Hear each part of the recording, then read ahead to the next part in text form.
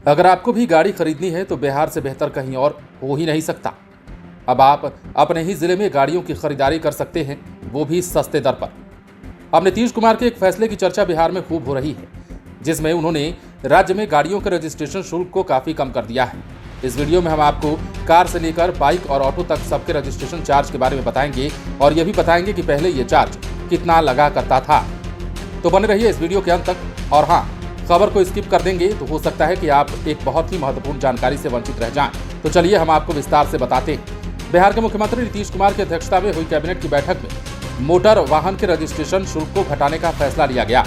अब बिहार के लोगों को गाड़ी खरीदने के लिए दूसरे राज्यों का रुख नहीं करना पड़ेगा।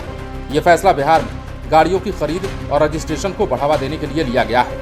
पहले बिहार में गाड़ियों के रजिस्ट्रेशन का शुल्क दूसरे राज्यों के मुकाबले काफी ज्यादा था, जिसके चलते लोग दूसरे राज्यों से गाड़ी खरीदना पसंद करते थे। इससे बिहार सरकार को राजस्व की हानि होती थी।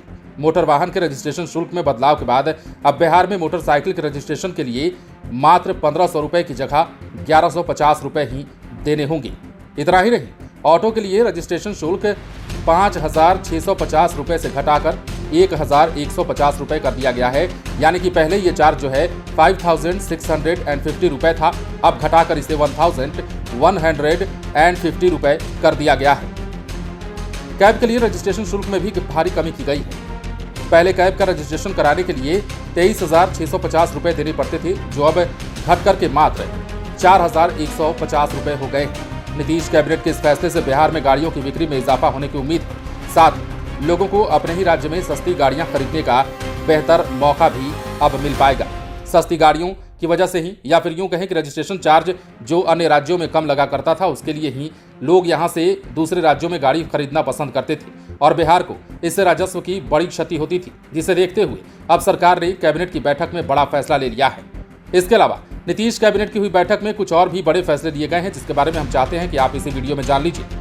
अब देखिए, इसके अलावा पटना सदर अंचल को विभाजित कर 4 अंचलों यानी कि पटना सदर, पाटलिपुत्रा, पटना सिटी और दीदारगंज बनाने के प्रस्ताव को भी कैबिनेट की बैठक में मंजूरी दे दी गई है। बिहार मोटर गाड़ी नियमावली 1992 के नियम 74 और नियम 82 के अधीन पूर्व निर्धारित शुल्क को संशोधित कर कम करने की स्वीकृति दे दी गई है। इतना ही नहीं, मुख्यमंत्री बालिका कैंसर प्रशिक्षण योजना की स्वीकृति भी मिली है। सर्वाइकल कैंसर बीमारी से बचाव के लिए 9 से 14 साल की उम्र की बालिकाओं के लिए ह्यूमन पेपिलोमा वायरस का भी टीकाकरण किया जाएगा। और ये तमाम फैसले नीतीश कुमार की कैबिनेट बैठक में लिए गए हैं। लेकिन सबसे महत्वपूर्ण फैसले में से अगर किसी एक की बात करते हैं तो सबसे पहला नंबर आता है बिहार में गाड़ियों के रजिस्ट्रेशन शुल्क को घटाया जाना, क्योंकि सरकार ने रजिस्ट्रेशन शुल्क घटाकर बिहार में वाहन खरीदने की चाह रखने वाले लोगों को एक बड़ा तोहफा दिया है, जिससे आने वाले समय में यह संभव है कि बिहार में गाड़ियों की बिक्री बढ़े और सरकार को राजस्व का फायदा हो।